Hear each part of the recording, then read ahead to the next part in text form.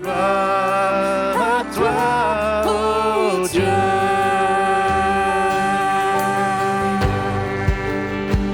Mais ce matin, dis-toi. Poitiers, comment allez-vous ce matin? C'est vraiment une joie pour moi et mon épouse, ma famille, d'être avec vous ce matin, de pouvoir célébrer le nom de Jésus. Et c'est aussi une joie pour nous d'être de retour à la maison. Voilà. Est-ce qu'on peut se lever ensemble? Et avant de commencer ces temps de célébration, ce temps d'adoration, j'aimerais qu'on puisse remettre cela entre les mains de Dieu. Seigneur mon Dieu, nous sommes heureux d'être dans ta maison. Parce que dans ta maison, il y a tout ce dont nous avons besoin. En toi, nous avons cette espérance. Nous avons cette joie, Seigneur mon Dieu, de pouvoir être appelés tes enfants. D'être, Seigneur mon Dieu, héritier de ton royaume.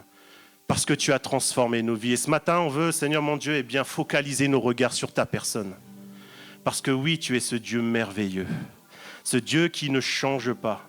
Ce Dieu sur qui nous pouvons véritablement compter. Alors Seigneur, ce matin, passe Seigneur mon Dieu au travers de ton esprit. Viens Seigneur mon Dieu renouveler nos pensées, notre intelligence en toi.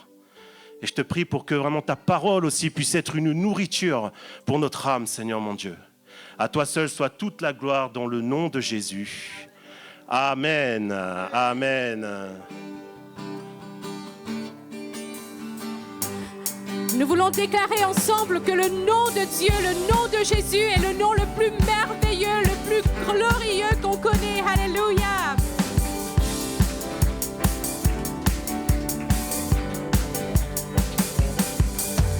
Merveilleux, si merveilleux est ton immense amour. La foi proclame la grâce de Dieu sur moi. Personne n'a vu ni entendu et nul ne peut saisir combien tu es puissant et glorieux. Dieu merveilleux, je t'aime. Dieu merveilleux, je t'adore. Dieu merveilleux, mon cœur te chante. Dieu merveilleux, je t'aime. Dieu merveilleux, je t'adore. Dieu merveilleux, mon cœur te chante. Rayonnante, rayonnante, ta gloire remplit les cieux. Tu montres à tous la grandeur de tes œuvres, la beauté de ta majesté, la beauté de ta majesté. Pousse mon cœur à chanter. Combien tu es splendide et merveilleux. Dieu merveilleux, je t'aime. Dieu merveilleux, je t'adore. Dieu merveilleux, mon cœur te chante.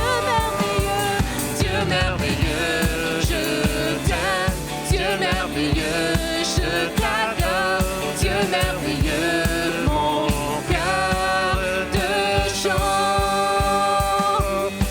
Tu m'as révélé à nouveau tes merveilles. Tu m'as saisi par ton amour. Car rien sur la terre n'est merveilleux comme toi.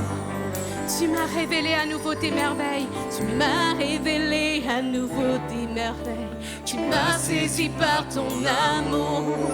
Car rien sur la terre n'est merveilleux comme toi. Dieu merveilleux, je t'aime. Dieu merveilleux, je t'adore. Dieu merveilleux, mon cœur te chante. Dieu merveilleux, je t'aime. Dieu merveilleux, je t'adore.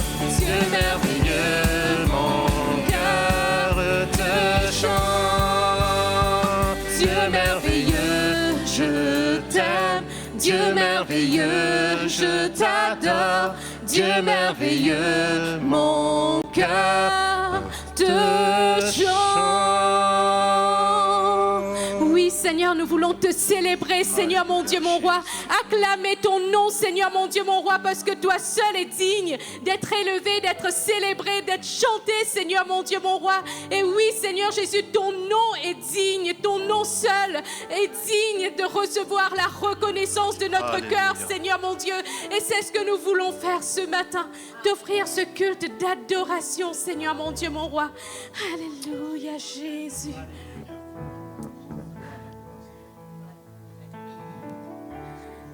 Tu as porté ma croix, tu as tout donné pour que ma vie soit libérée. Et nous voulons déclarer au travers de ce chant que maintenant, ma vie, ta vie est tienne au Seigneur Jésus. Et à jamais, nous voulons chanter ses bontés. Alléluia.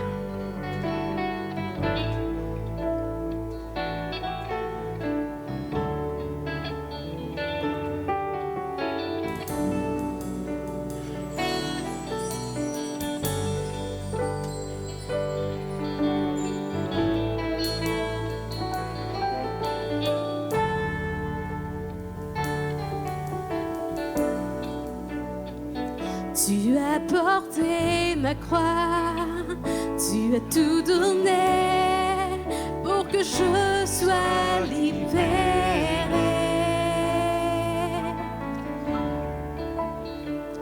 Maintenant ma vie est tienne et à jamais je chanterai ta bonté. Est-ce que nous pouvons le déclarer encore une fois? Jésus a porté notre croix. Tu as porté ma croix, tu as tout donné pour que je sois libéré. Maintenant ma vie est tienne et à jamais je chanterai ta bonté. Digne est la nom, Jésus, dit d'être loué, digne est ton nom, digne est ton nom, Jésus, dit d'être loué, digne est ton nom.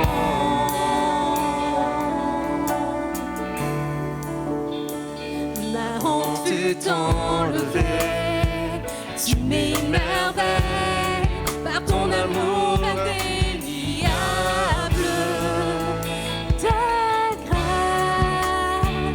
Ta grâce est infinie, et à jamais je chanterai ta bonté.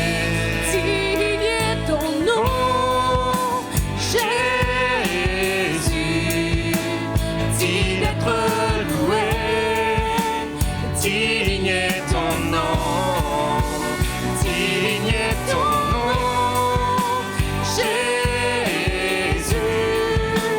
digne d'être loué, digne est ton nom, digne est ton nom, digne est ton nom, Jésus, digne d'être loué, digne est ton nom, digne est ton nom, Jésus,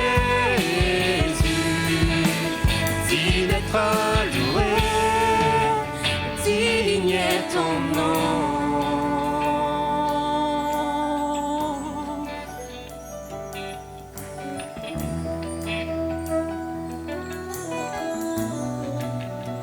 Dans les cieux, son nom est exalté. Et ce matin, l'église de Poitiers, là où nous sommes, nous voulons aussi exalter le nom de Jésus. Nous voulons célébrer son nom. Alléluia, Jésus. Dans les cieux, ton nom est exalté. Dans les cieux, ton nom est exalté. Sur la terre, tu es loué, ta gloire est manifestée. Seul ton nom est élevé. Dans les cieux, ton nom est exalté. Sur la terre, tu es loué, ta gloire est manifestée. Seul ton nom est élevé. Dans les cieux, Ton nom est exalté. Sur la terre, tu es loué. ta Gloire est manifestée. seul ton nom est élevé. Digne est ton nom, Jésus. Digne d'être adoré. Digne est ton nom, digne est ton nom, Jésus. Digne d'être adoré, digne est ton nom. Une dernière fois. Digne est ton nom, Jésus. Digne d'être loué. Digne est ton nom, digne est ton nom, Jésus. Digne d'être adoré, digne est ton nom. Vers toi, Seigneur, J'élève ma voix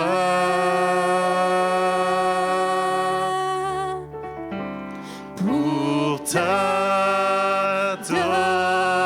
t'adorer, mon Sauveur, mon roi. reçois, Seigneur, comme un doux parfum. L'amour est le chant de mon cœur, reconnaissant. Vers toi, Seigneur, nous élevons nos voix. Vers toi, Seigneur,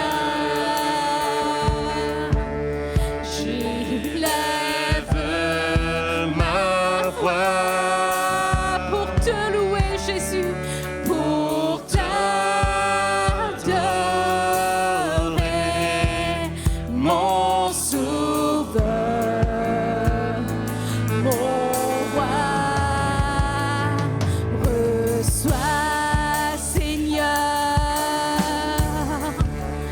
comme un doux parfum. L'amour est le chant de nos cœurs. L'amour est le chant de nos. L'amour est le chant. L'amour est le chant de nos cœurs. Reconnaissant. Est-ce que nous pouvons louer ensemble le Seigneur, lui donner toute la gloire qu'il en est le seul digne. Seigneur mon Dieu, oui, vers toi, Seigneur Jésus, ce matin, nous voulons élever nos voix, Seigneur mon Dieu, mon roi, pour te louer, pour t'adorer, Seigneur mon Dieu, mon roi. Oui, Seigneur Jésus, avec les anges, Seigneur mon Dieu, nous voulons prosterner nos cœurs devant toi, Seigneur mon Dieu, mon roi. Seigneur Jésus, te donner l'adoration de toi seul en digne, Seigneur mon Dieu, mon roi. Seigneur Jésus, merci pour ta présence au milieu de nous, Seigneur.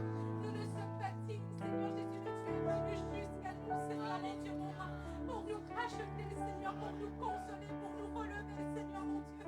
Tu es notre force, Seigneur mon Dieu, mon roi. Merci, Seigneur Jésus. Pour reprendre ces paroles vers toi, Seigneur Jésus. S'élève nos voix pour te louer, pour t'adorer. Tu es notre Seigneur, tu es notre roi, notre seul appui, Seigneur mon Dieu, mon roi. Tout ce que nous avons se trouve en toi, Seigneur mon Dieu, mon roi. Vers toi, Jésus. Vers toi, Seigneur. J'élève ma voix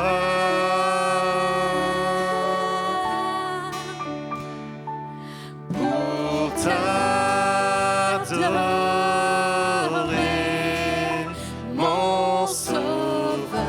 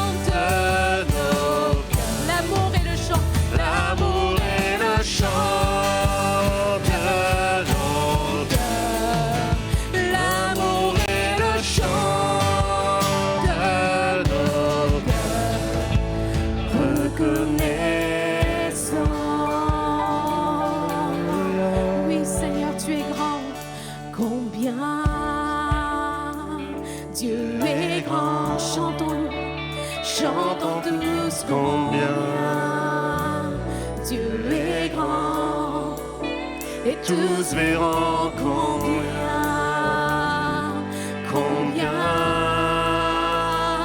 il est grand. Chantons combien Dieu est grand.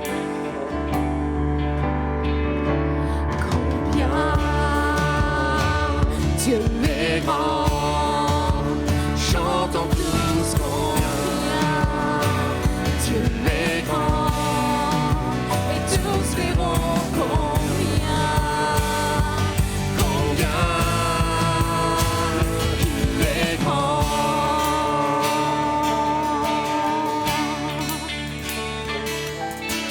La splendeur du roi, vêtu de majesté, que la terre se réjouisse, que la terre se réjouisse,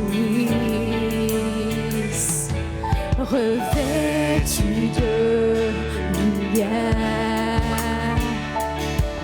il fait fuir les ténèbres, elle tremble à sa voix, elle tremble à sa voix. Combien Dieu est grand, chantons tous combien Dieu est grand, et tous verront combien Dieu est grand. Chantons tous combien Dieu est grand.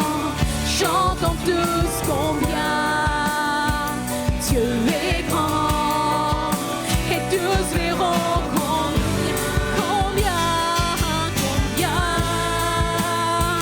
il est grand. D'âge en âge il vit, d'âge en âge il vit. Les temps sont dans sa main, le début et la fin, le début et la fin. Les saintes Trinité, Père, Esprit et Fils, le lion et l'agneau, le lion et l'agneau. Combien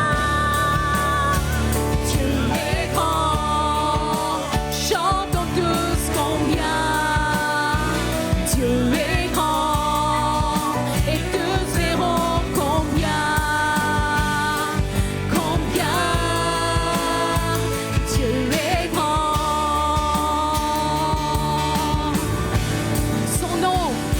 Son nom règne sur tout nom, reçoit notre adoration. Mon cœur chantera combien Dieu est grand. Son nom règne sur tout nom, reçoit notre adoration. Mon cœur chantera combien Dieu est grand.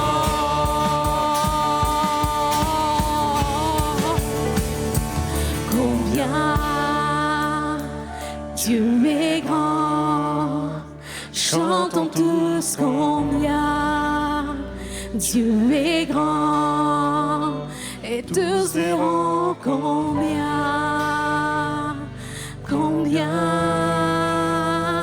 il est grand. Oui, nous voulons le chanter encore, combien Dieu est grand. Combien réalise tout ce que le Seigneur a fait dans ta vie ce matin, et sois reconnaissant de tout ce qu'il fait, de sa présence chaque jour dans ta vie. Combien de fois tu es tombé, il t'a relevé. Combien de fois Dans tes larmes, il est venu te consoler. Il est ton refuge, ton appui. Chantons combien Dieu est grand et réalisons vraiment ses paroles. Dieu est grand. Chantons tous combien Dieu est grand et tous verront combien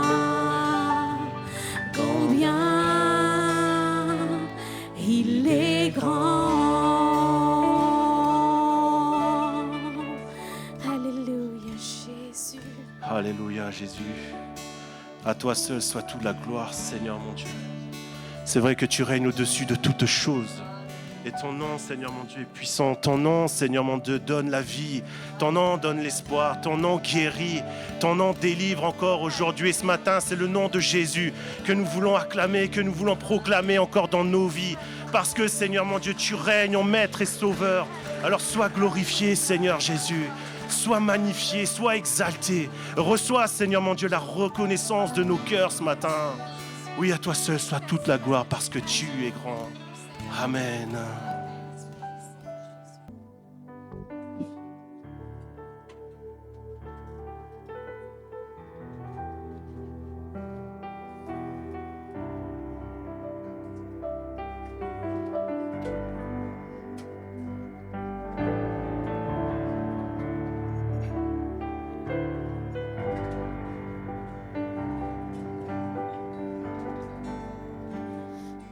Je songe à l'infâme croix où Jésus fut meurtri pour moi.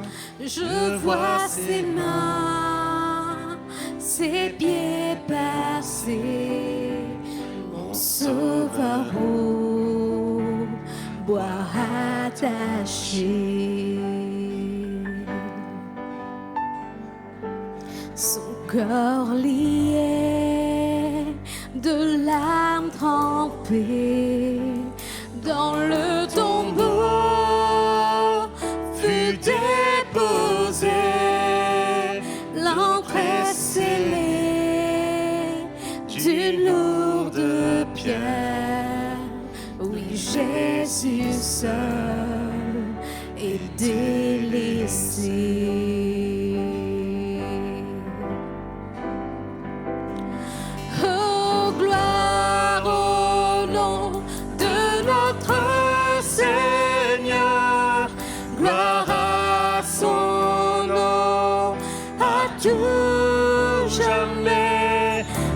Chanterons sans fin tes louanges.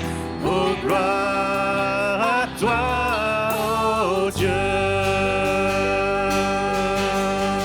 Mais ce matin, du troisième jour, le Fils des cieux est ressuscité.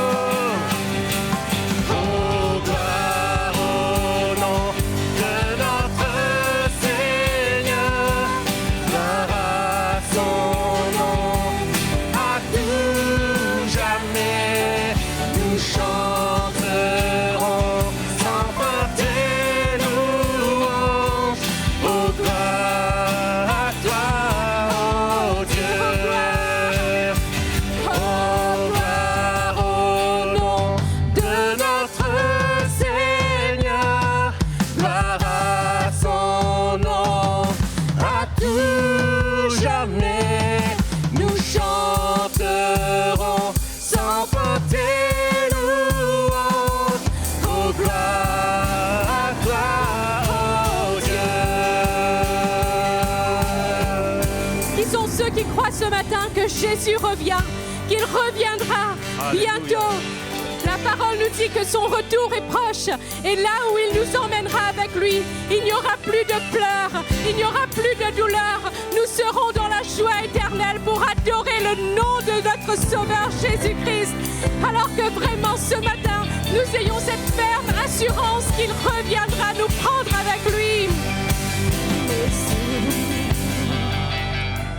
De blanc vêtu, verser la nuit, notre Jésus, et je serai parmi les saints, captivé par sa gloire sans fin. Amen, c'est notre assurance, il reviendra, il reviendra.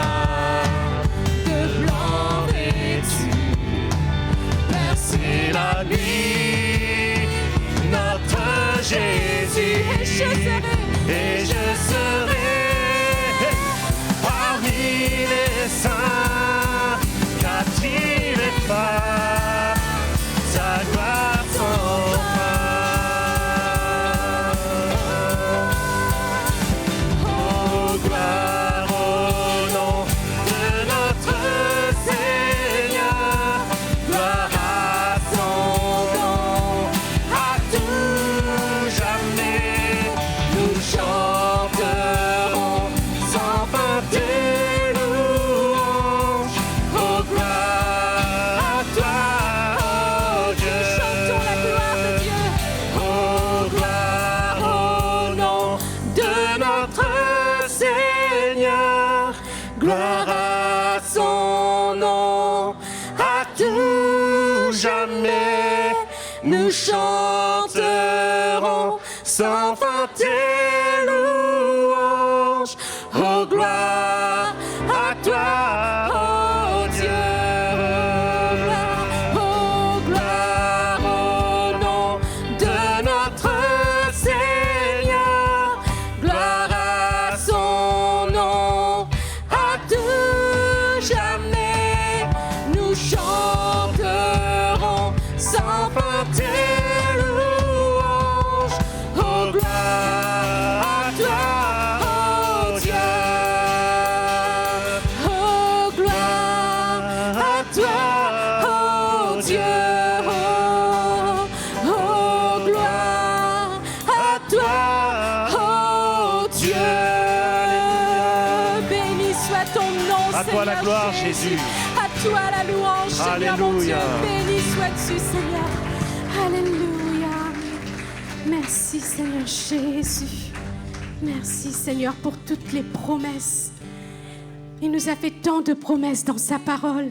Et aujourd'hui, nous pouvons vivre vraiment une vie illuminée par la lumière de Christ, si nous l'avons accepté. Alors que vraiment, nous puissions ne pas perdre notre temps dans ce monde à errer de gauche à droite, mais que vraiment notre cœur soit aligné selon ses pensées, selon sa volonté. Amen.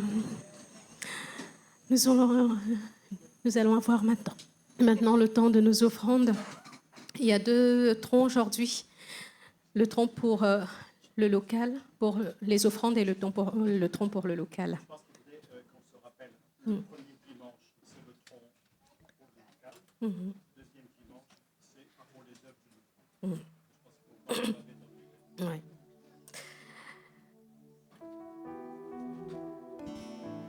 Et on va prendre encore un chant pour rendre reconnaissance à Jésus pour la croix, pour le prix payé pour nous.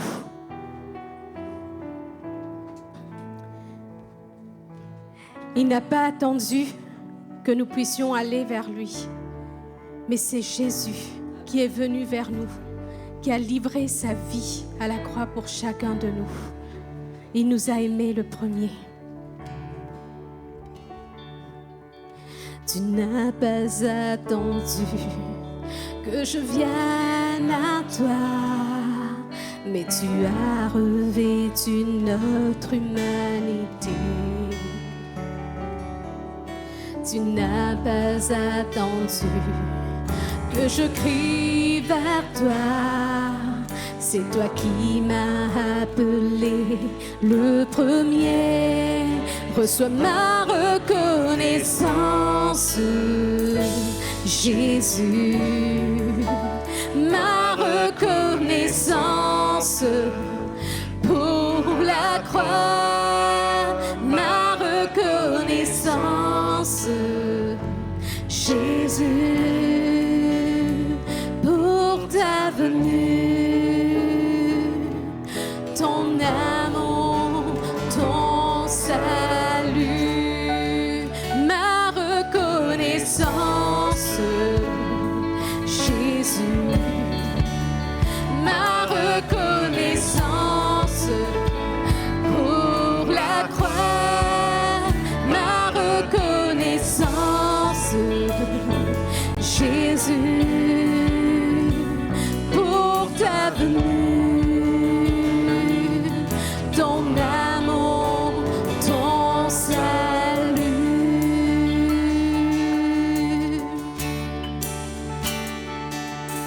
Tu n'as pas attendu que je vienne à toi, mais tu as revêtu notre humanité. Tu n'as pas attendu que je crie vers toi, c'est toi qui m'as appelé le premier. Reçois ma reconnaissance, Jésus, ma reconnaissance pour la croix, ma reconnaissance, Jésus, pour ta venue, ton amour, ton salut, ma reconnaissance, Jésus, ma reconnaissance pour la croix, ma reconnaissance, Jésus, pour ta venue, ton amour, ton salut, pour ta venue, ton amour, ton salut. Amen. Nous laissons la place à Gérald.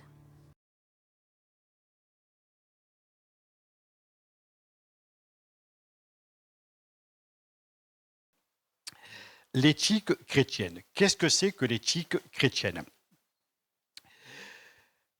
Vous savez, quand on se convertit, on n'adopte pas un traité de morale. La conversion, ce n'est pas acquérir une nouvelle morale. Ce n'est pas quelque chose de moral.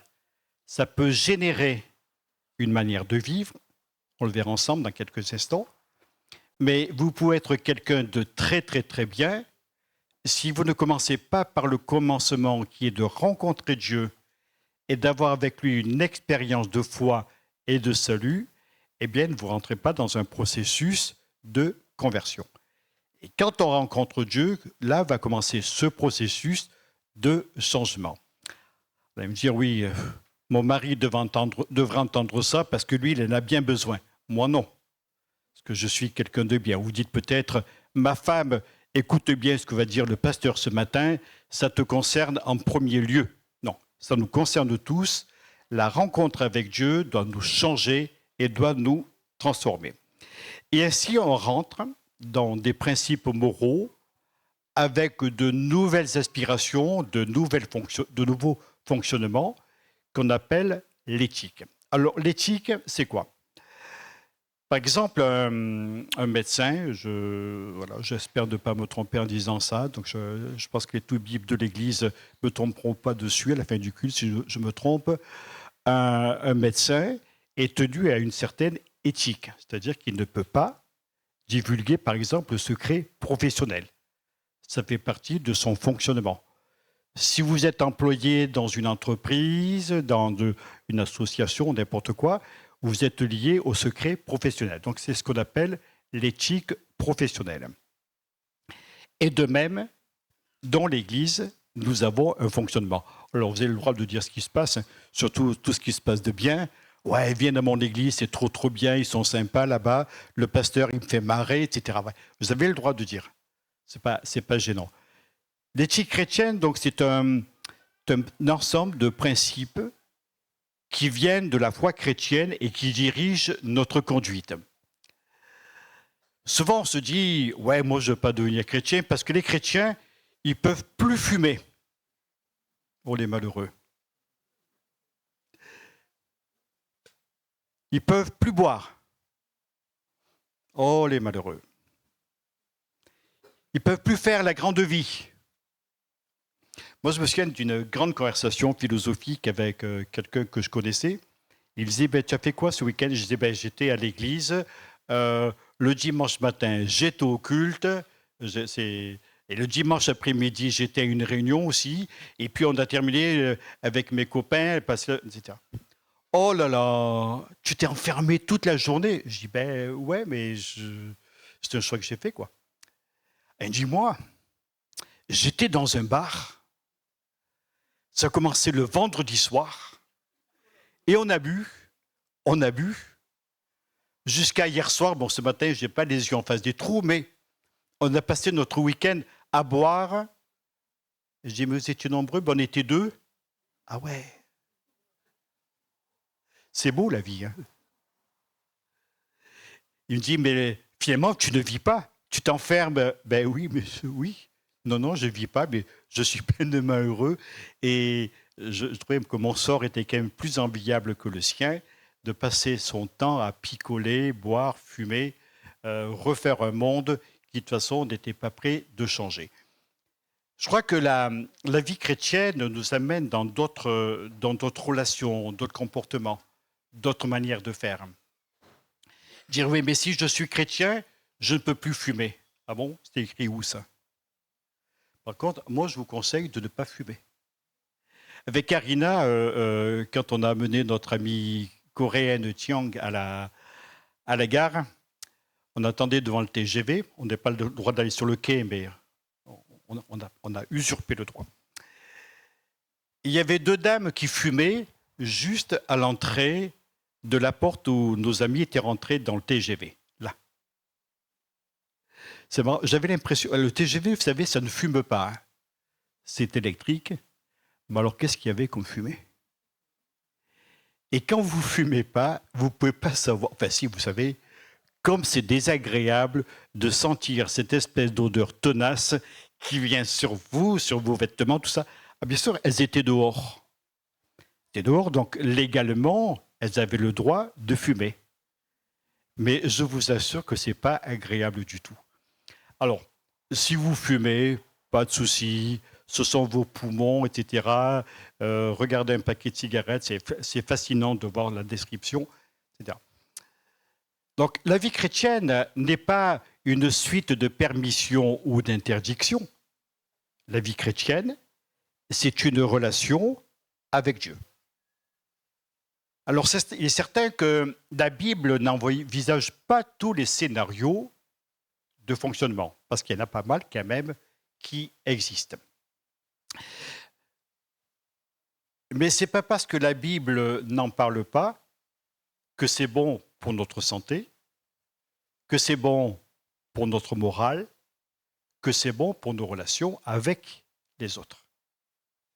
Et c'est là que rentre ce qu'on appelle l'éthique chrétienne, c'est-à-dire apprendre à fonctionner avec d'autres chrétiens, d'autres aspirations, avoir une autre vision des choses. Et je dirais qu'elle se résume par une simple parole. Ah non, je vais d'abord continuer sur toujours cela, je vais reverser après. Cette année, nous allons travailler sur l'éthique chrétienne, nous allons voir plusieurs thèmes. Aujourd'hui, nous allons voir, enfin plutôt ce mois-ci, en septembre, ma relation de couple. On va en parler ensemble. En octobre, ce sera mes relations familiales. Je peux aussi mettre un S familial. Il aurait fallu. Écoutez, vous l'ajoutez dans votre tête. Au mois de novembre, ma relation avec l'argent. Est-ce que la Bible en parle? Au mois de décembre, ma relation avec Dieu. Au mois de janvier, ma relation avec l'Église.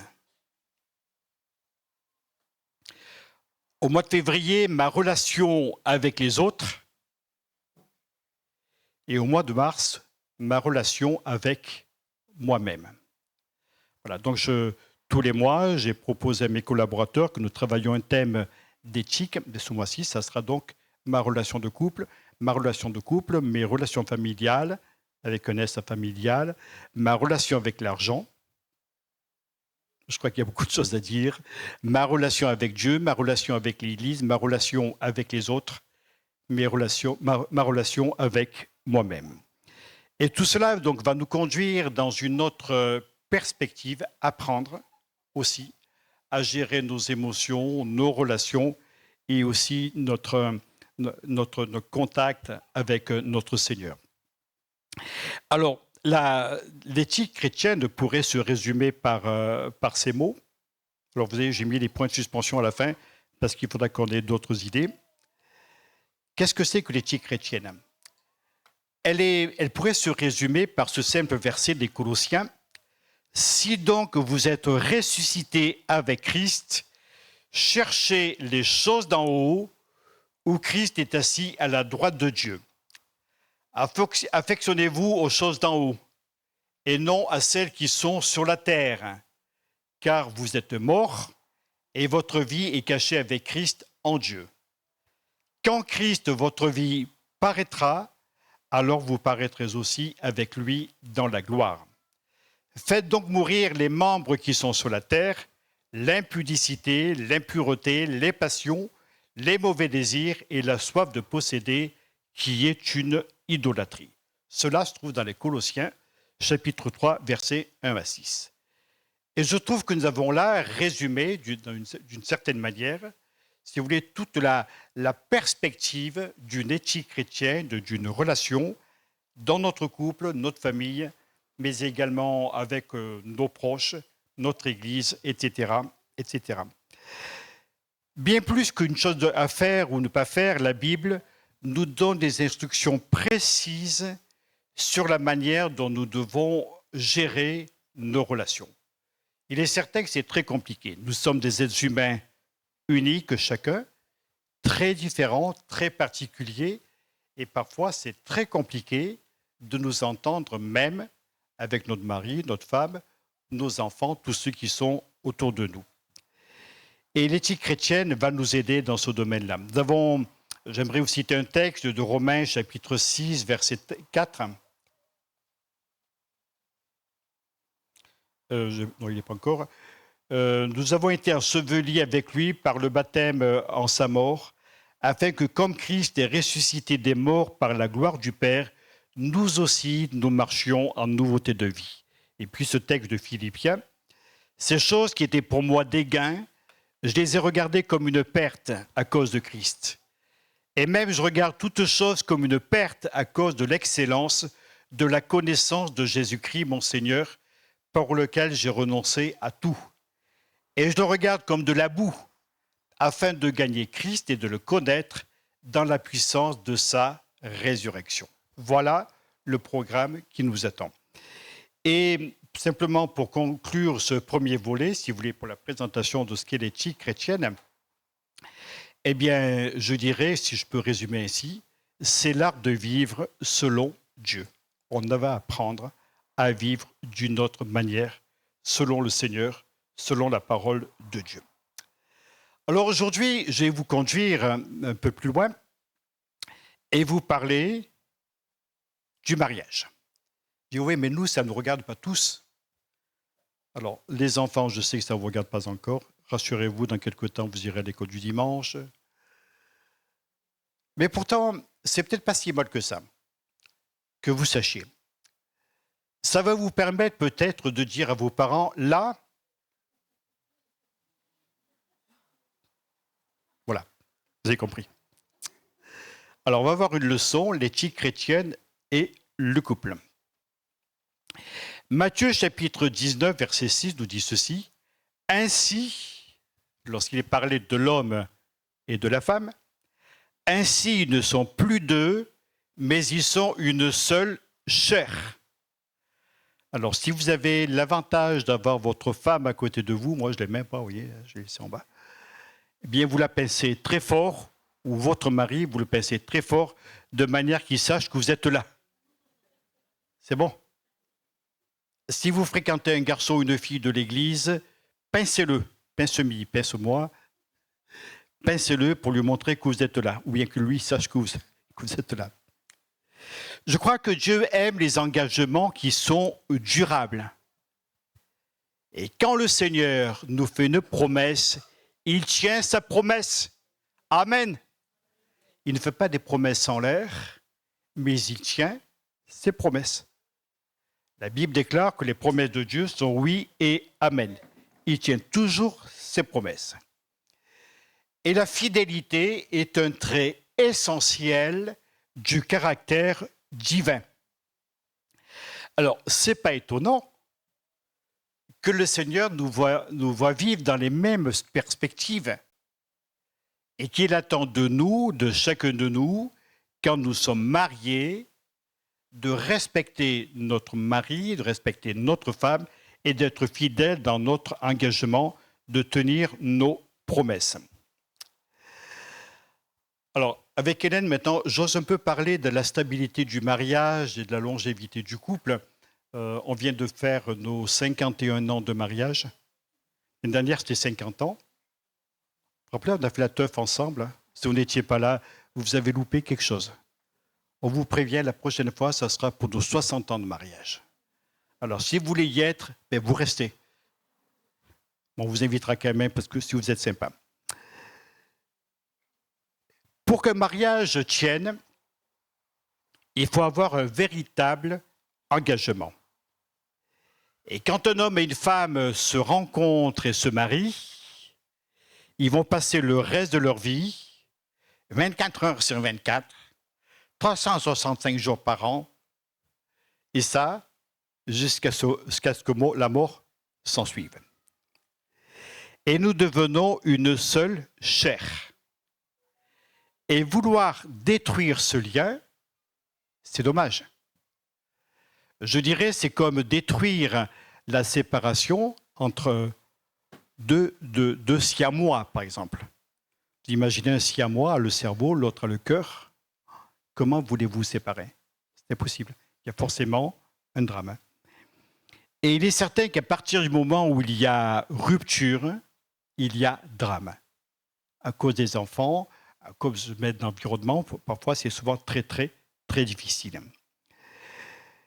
Devenir une seule chair, parfois requiert un sacrifice de la part de l'un comme de l'autre.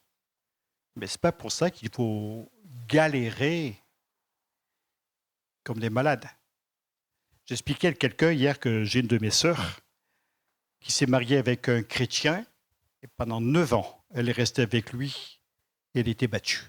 Pendant 9 ans. On a tout fait pour essayer de la sortir de là. On a même prié pour ça. Et ouais. J'ai prié pour que le couple de ma sœur casse et que ma sœur ait la force de divorcer. On a prié pour que le gars change d'attitude. On a essayé de lui parler. Un jour, je lui ai téléphone, je lui ai dit, maintenant, tu réalises qu'on est 4 frangins et qu'on a un paquet de cousins. On est une très grosse famille. Tu imagines si on débarque et qu'on te foute une grosse tête? Il dit, vous pouvez venir, je vous attends avec un pétard. Ah ben ouais. Ah ouais. Ah non, mais attends, notre sœur ne s'est pas mariée pour aller faire le coup de poing avec une brute. Pendant 9 ans. Il a fallu que mes parents viennent la kidnapper avec ses 3 enfants. Elle n'arrivait pas à s'en sortir. Elle le quittait dès qu'elle avait tourné les talons, dès qu'elle était partie. Oh, il faut que je revienne, il faut que je revienne, il faut que je revienne. Il va être malheureux sans moi, etc., etc. Pendant 9 ans, ça a duré. Mes sœurs n'acceptaient jamais une telle situation. Mes frères N'acceptez jamais une telle situation. Si vous êtes battu, martyrisé avec quelqu'un qui vous veut du mal, ayez la franchise, la capacité de vous séparer et de reprendre votre liberté. Mais, quand on est des gens normaux, parce qu'il n'y a pas que les abrutis sur Terre, quand on est des gens normaux, eh bien, on demande au Seigneur de nous aider. Et la fusion de ces deux êtres que nous sommes, nous et notre conjoint, bien que nous soyons fondamentalement indépendants et individuels, ne va pas s'acquérir à une minute. Il faut du temps. Moi, j'ai l'impression avec Hélène qu'on est des cas. C-A-S. Ah ben, vous avez de la chance. Hein. Marié depuis 51 ans, oh là là, vous avez vraiment de la chance. Hein. Je savais, Hélène, que tu étais chanceuse. Moi, je le sais. Comme si vous voulez, ça représentait un exploit inaccessible à tous. Mais la norme, c'est que l'on soit heureux dans notre couple. La norme, c'est que l'on s'entende avec notre conjoint. La norme, c'est de vivre ensemble, non pas séparés l'un et l'autre, non pas dans un conflit, mais vivre heureux ensemble. C'est la norme. Et vouloir changer cette norme, eh bien, ça n'a plus rien à voir avec le plan initial de Dieu. L'homme quittera son père et sa mère et s'attachera à sa femme. Et les deux deviendront, je vous laisse répondre, et les deux deviendront une seule chair. C'est vrai qu'on est fondamentalement différents. Moi, je suis du midi de la France. Chez moi, dans ma famille, quand on priait, la première fois qu'Hélène est venue, je peux vous dire un gros mot là? Vous m'en voudrez, non? Quand on parlait à table, on était 8, 6 enfants, plus mes parents. Hélène était la 9e, elle n'était pas encore adoptée. Moi, je voulais que ça se passe bien. Voilà, je l'amenais à la maison. Là, je disais, oh là là, pourvu qu'il n'y ait pas de gaffe. Et en fait, quand on se parlait, Hélène elle croyait qu'on s'engueulait. Elle croyait. Pourtant, c'était gentil. Hein. Salut, alors comment vas-tu? Tu as passé une bonne matinée? La pauvre, elle était là, elle ouvrait des grands yeux.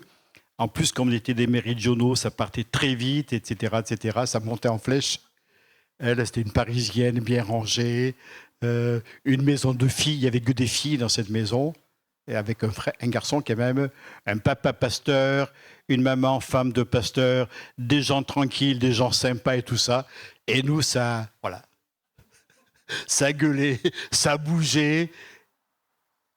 Et quand on s'engueulait, souvent on était très très heureux. C'est fou, elle est...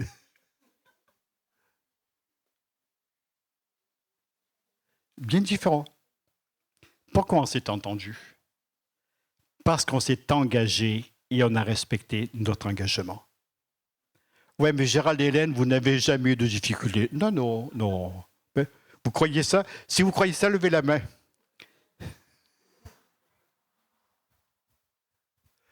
Parce qu'il faut le supporter. C'est pas facile. Et en fait, on y arrive quand on s'appuie sur la parole de Dieu, sur le Seigneur. Vous savez, signer un acte de mariage, c'est très rapide. Hein. Tchouk, tchouk, tchouk, tchouk, tchouk. J'ai fini, je suis marié. Non. Ça commence. Ça commence tout simplement. On n'est pas parfait et justement, c'est ce qui caractérise le couple humain, c'est qu'il est formé de deux personnes imparfaites. Imparfaites.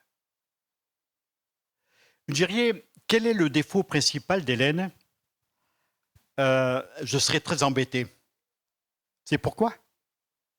Parce qu'en fait, il n'y a rien qui pour moi est un défaut. On fonctionne ensemble. Parfois, on a des points de vue différents, mais on vit une harmonie, une communication, une communion ensemble. Je dirais, quel défaut elle a? Alors, qu'est-ce qu'elle a comme défaut? C'est difficile. Parce que dans le fond, les défauts que quelqu'un qu'on aime peut avoir, les défauts qu'il peut avoir, sont des défauts que nous apprenons à aimer et à comprendre, avec des points de vue différents, certes. Je ne sais pas, bon, Hélène a peut-être des tas de griefs contre moi, j'ai jamais posé la question, j'ose pas, j'ai peur de... Et peut-être qu'avec le temps, on se rend compte qu'il y a beaucoup de choses qui vont se gommer. Et malgré nos différences, nous apprenons à nous aimer et nous apprenons à nous respecter. Paul compare l'amour dans le mariage à l'amour exprimé par Jésus envers son Église. Marie, aimez vos femmes comme Christ a aimé l'Église. Tu imagines Christ battre sa femme? Tu imagines Christ faire du mal à sa femme, lui couper les vivres, maltraiter l'Église, la rendre malheureuse? Marie, aime ta femme comme Christ aime son Église. Est-ce qu'il y a parfois il peut y avoir des paroles blessantes et malheureusement, ça arrive dans tous les couples? Est-ce qu'on s'arrête à ces paroles blessantes qui parfois partent plus vite que ce qu'on aurait voulu? Est-ce que nous sommes prêts à changer nos plans, nos fonctionnements pour essayer de faire plaisir à l'autre? Parce qu'on a quand même des idées très arrêtées. Et si je vous disais que je n'ai pas d'idées arrêtées, vous diriez, tiens, ça ne va pas la tête. On t'a vu, hein? Plus borné que toi, il n'y a pas. Est-ce qu'on est prêt à pardonner? Est-ce qu'on est prêt à nous remettre en question?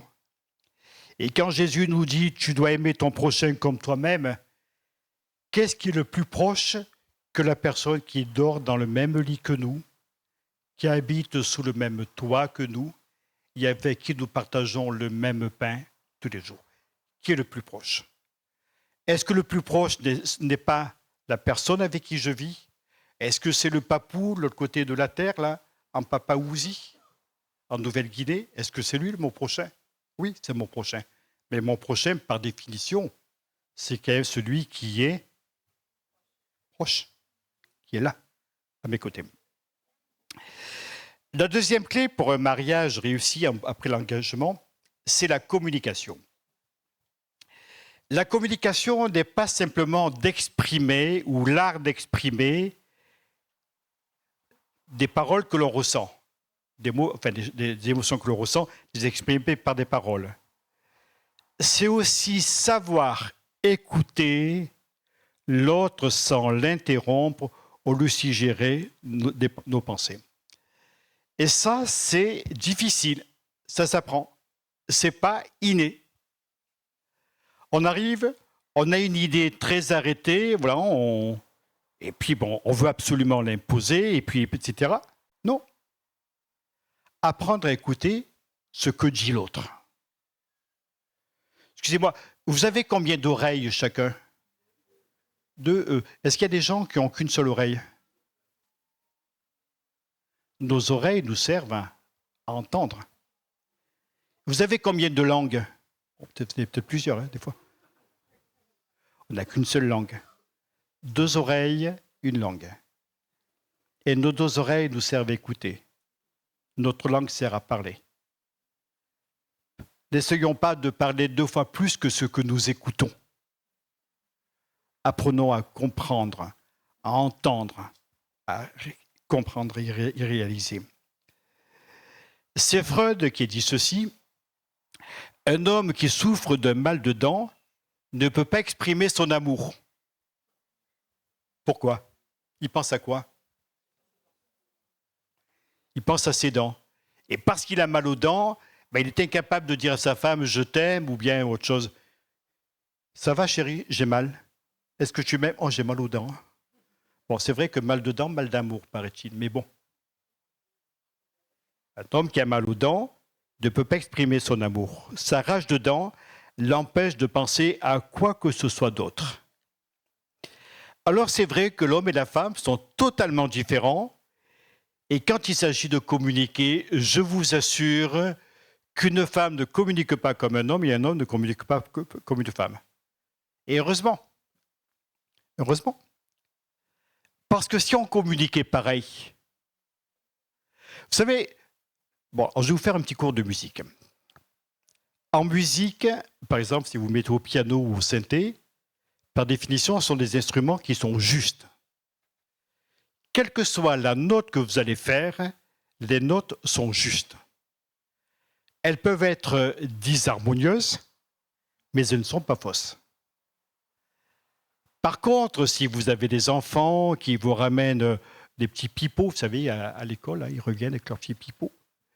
Et puis, alors vous avez le malheur d'avoir 2 enfants qui ont chacun leur pipeau, et puis ils vont se mettre à jouer. Vous entendez 2 sons différents, pas tout à fait les mêmes, et vous avez un 3e son qui se greffe dessus.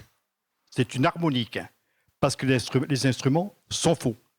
Et même s'ils étaient justes, les enfants, par définition, ne peuvent pas jouer juste. Il faut qu'ils apprennent.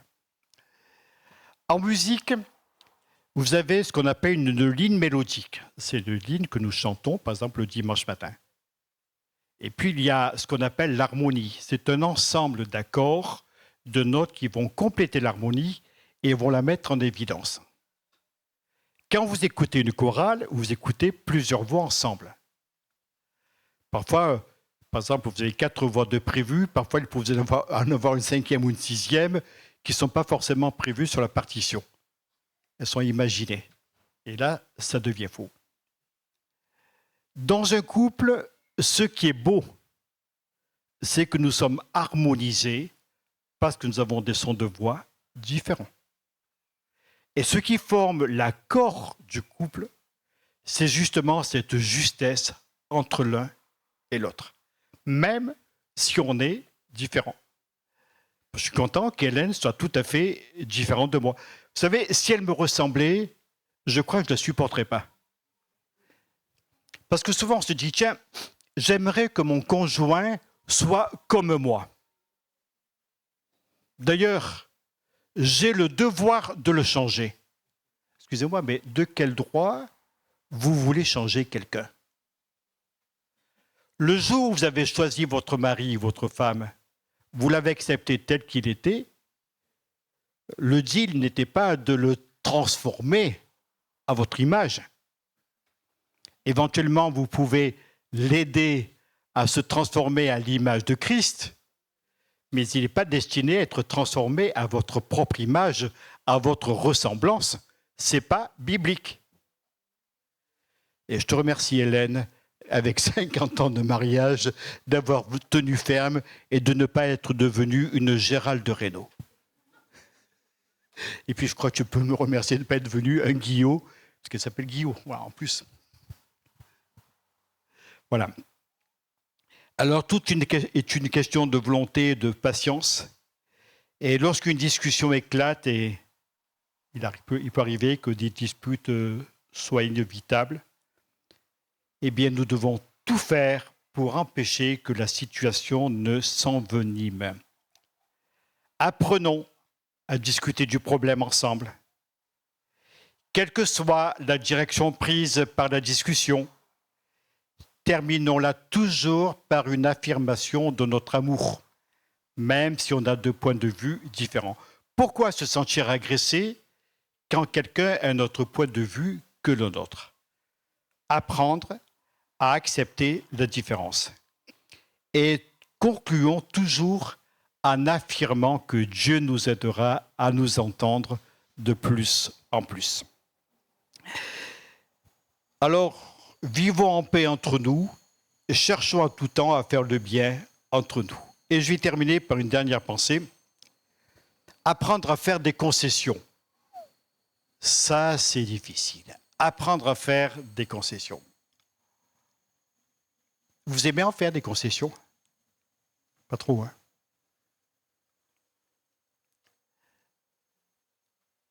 Bon, par la grâce de Dieu, on est arrivé à s'entendre sur les mêmes plats. Tous les deux, on n'aime pas les betteraves. On vous dit ça parce que c'est un message subliminal. Hein. Comme ça, le jour où vous invitez à manger, ne faites pas des betteraves parce qu'on va se regarder et on risque de les faire disparaître sous la table. Voilà. Je crois que c'est le seul truc qu'on n'aime pas, sinon on mange tout. Apprendre à faire des concessions. Il y a des choses que j'ai remis en question. Moi, j'étais dans mon église avec mes potes, mes copains. On sortait, on allait à la patinoire, on partait faire du ski. J'étais dans les Alpes, la piscine, la rando, etc., etc. Super, voilà. Et puis un petit peu dragueur sur les bancs. Enfin voilà, c'était ma vie. Quand j'ai rencontré Hélène, il y a beaucoup de choses que j'ai remis en question dans mon fonctionnement. Et heureusement, parce que c'était l'échec. Parfois, on pourrait se dire, oui, mais ça, c'est mon éducation, c'est mon fonctionnement, c'est ma culture. Qu'est culture? Qu'est? Moi, je ne connais qu'une culture, c'est la culture du ciel. Parce que si j'avais dû mettre ma culture en avant ou Hélène sa culture en avant, bonjour les dégâts. Ah, je vous assure.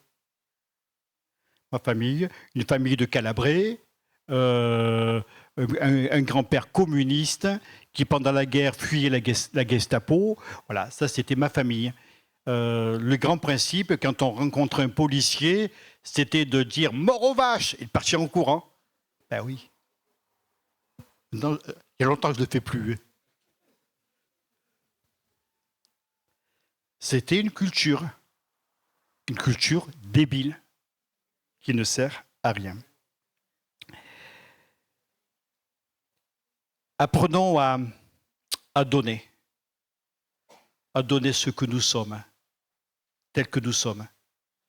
Ne faisons pas de faux semblants, n'essayons pas de donner le change. Un couple se donne, il se donne l'un à l'autre. On apprend. Alors donc je vous ai donné 3 pensées. Premièrement, avoir un engagement qui est solide. Deuxièmement, communiquer. Troisièmement, établir aussi des compromis, des concessions. Et c'est ainsi qu'on arrivera quand même à s'entendre. Si vous voulez que ça dure longtemps, il paraît que le président Poutine, le président de la Chine et puis de la Corée du Nord envisageaient des pistes pour vivre jusqu'à 150 ans. Dieu merci, j'espère que ça n'arrivera pas. 150 ans. Il paraît que la cellule humaine est programmée pour vivre jusqu'à 120. Donc on a quand même un espoir. Vous imaginez si on vivait jusqu'à 150 ans avec notre sale caractère, nos sales comportements, nos mauvaises habitudes. Je trouve que, alors vous allez m'en vouloir, hein, mais je trouve que la mort, c'est quand même une bonne étape. Ça nous permet de passer dans un autre monde où nous continuerons à nous réjouir de la présence de Dieu. Alors, si vous voulez vivre 150 ans, grand bien vous fasse, mais si vous devez vous supporter pendant 150 ans, je crois que ça sera particulièrement difficile. Si nous recherchons ensemble la présence de Dieu, le Seigneur ne manquera pas de nous fournir ce dont nous avons besoin. Le principe du couple dans le mariage, c'est son invention. Constamment, on s'invente, on se découvre, on s'apprécie, on se redécouvre. Avec Hélène, nous avons construit un empire tous les deux, tout simplement parce qu'on s'entend bien, tout simplement. On est riche de cette richesse des gens qui sont heureux. On est épanoui de cet épanouissement de bien s'entendre ensemble. Vous pouvez le vivre aussi. Et les enfants qui m'écoutaient ce matin, eh bien, ayez cette ambition pour vos parents. Priez pour eux. Et puis, si un jour vous vous mariez, vous rencontrez quelqu'un, vous vous mariez, ayez comme ambition d'être heureux, de vous épanouir et d'apprendre à être riche. C'est quoi un riche?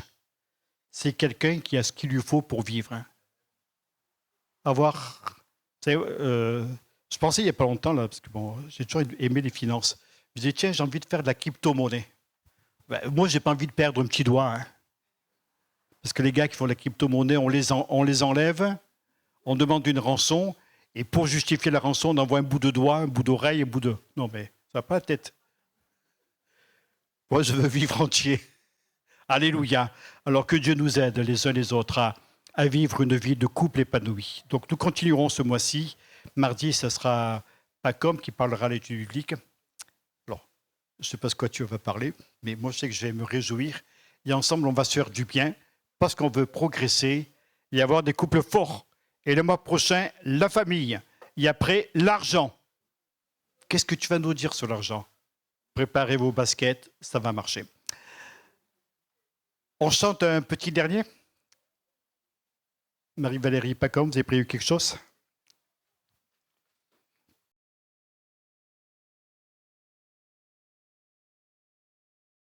Est-ce qu'on peut se lever ensemble pour proclamer le nom de Jésus sur nos cœurs, sur nos pensées, afin que vraiment nous puissions être alignés sur le cœur, les pensées de Dieu pour gérer notre couple, nos foyers, notre famille.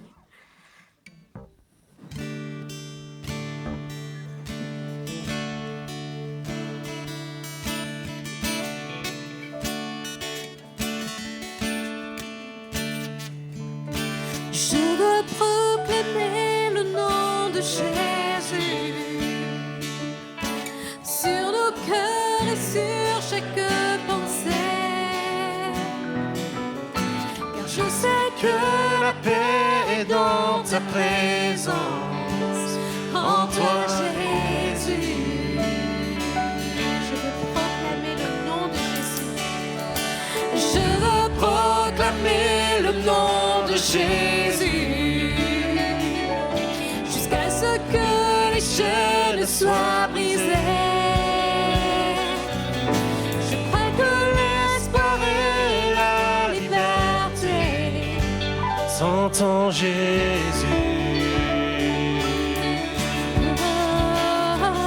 Ton nom est puissant et ton nom guérit. Ton nom est vie. Tu brises les chaînes. Tu brises les chaînes. Tu perces la nuit. Consume tout.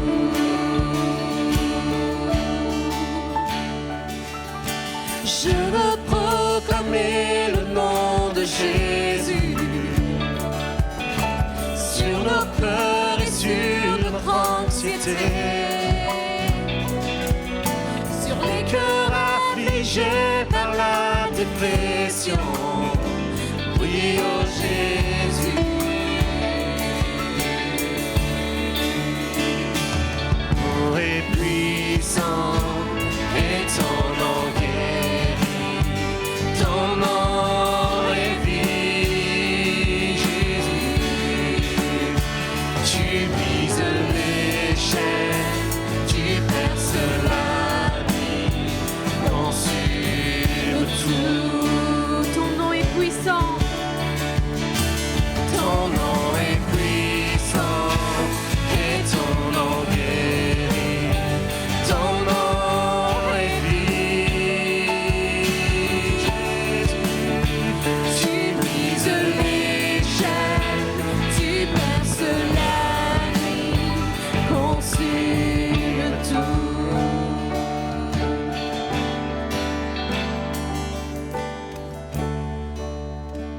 J'ai dans mon cœur de lancer un appel, donc vous vous approchez rapidement si vous avez besoin. Tous mes collaborateurs vont venir aussi. Et donc Et lui laisser toute la place parce que son nom est puissant. Il agit avec force et puissance. Il est le Dieu qui guérit. Il est le Dieu qui brise les chaînes, qui restaure les vies. Alors que vraiment ta confiance soit placée ce matin dans le nom puissant de Jésus. Alléluia, c'est vrai, ce matin, vraiment que ça soit une déclaration sur nos cœurs, sur nos bouches, que, vous savez, dans les stades, ils n'hésitent pas à crier pour l'équipe pour laquelle ils supportent. Nous, on vit Jésus en nous, et vraiment que ça soit à la hauteur de ces personnes dans ces stades. Amen.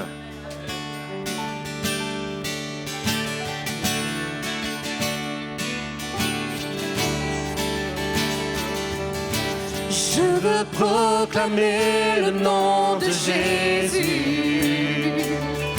sur nos cœurs et sur chaque pensée. Car je sais que la paix est dans sa présence, Jésus.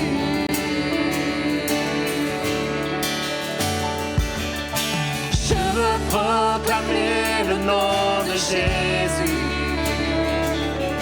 jusqu'à ce que les chaînes soient brisées. Je crois que l'espoir et la liberté sont en Jésus. Ton nom est puissant et ton nom guérit. Ton nom est vie, Jésus. Tu brises les chaînes, tu perces la nuit, consumes tout.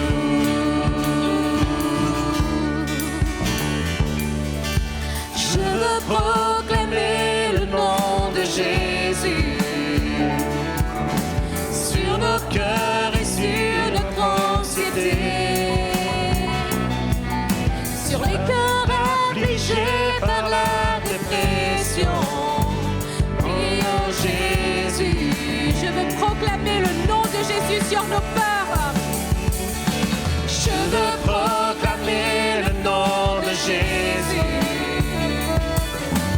sur nos peurs et sur nos anxiétés, sur les cœurs affligés par la dépression.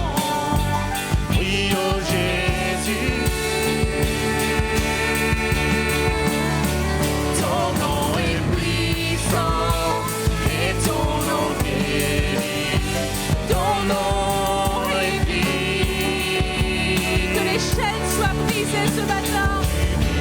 Les chaînes, tu perces la nuit, consume tout. Son nom est puissant, ton nom est puissant et ton nom guérit. Ton nom est vie.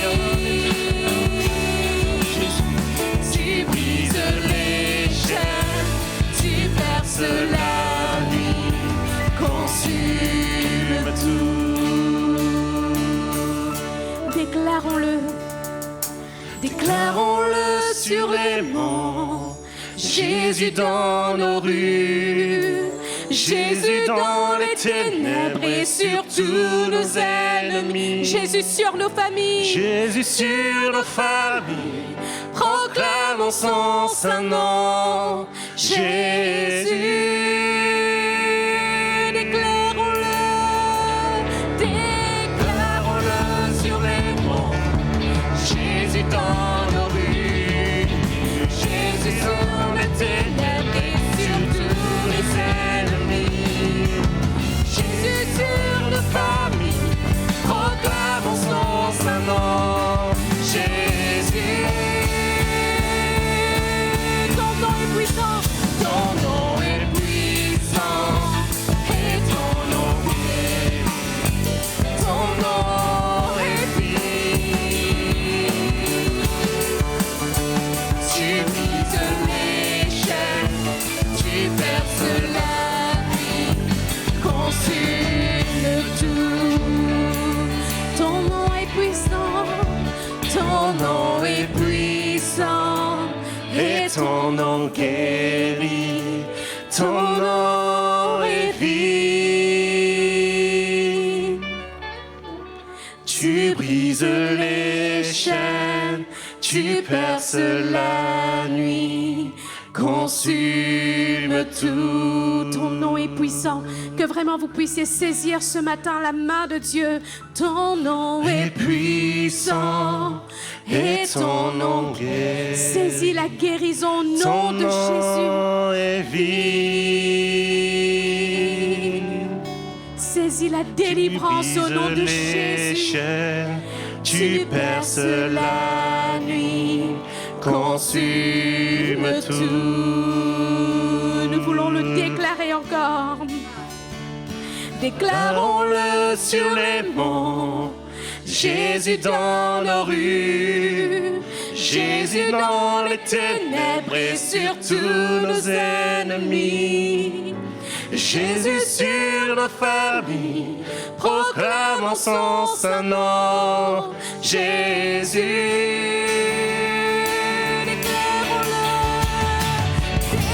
déclarons-le sur les monts. Jésus dans nos rues, Jésus dans les ténèbres et sur tous nos ennemis. Jésus sur nos familles, proclamons son saint nom. Jésus, dernière fois. Déclarons-le sur les monts. Jésus dans nos rues, Jésus sur les ténèbres et sur tous nos ennemis. Jésus sur nos familles, proclamons son saint nom. Jésus. Alléluia, toi la gloire, Jésus. Jésus. Sois-tu, Seigneur, mon Dieu, mon roi. Alléluia, Jésus. Amen. Merci,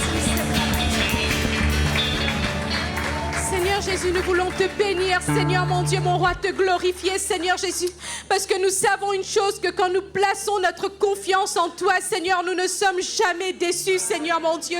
Oui, tu es le Dieu qui brise les chaînes, tu es le Dieu, Seigneur mon Dieu, qui vient nous délivrer, qui nous donne la bénédiction dont nous avons besoin, Seigneur mon Dieu, qui nous donne l'élan dont nous avons besoin, Seigneur mon Dieu, mon roi, qui nous donne la paix, la force dont nous avons besoin. Seigneur Jésus, nous te glorifions, Seigneur, et nous voulons vraiment placer encore en cette nouvelle semaine notre confiance en toi, Seigneur mon Dieu. Seigneur Jésus, que tu nous aides, Seigneur, que vraiment tu nous aides à vraiment rester fixés sur toi, Seigneur mon Dieu, mon roi, à nous laisser conduire par toi, Seigneur mon Dieu, mon roi. Merci, Seigneur Jésus, parce que tu es toujours là, Seigneur, patient envers nous, présent, Seigneur mon Dieu, en tout temps. Alors garde nos vies, garde nos foyers, garde nos familles, Seigneur mon Dieu, entre tes mains, au nom puissant de Jésus. Amen. Amen. Amen. Amen. Soyez bénis. Et à la semaine prochaine. Bon dimanche.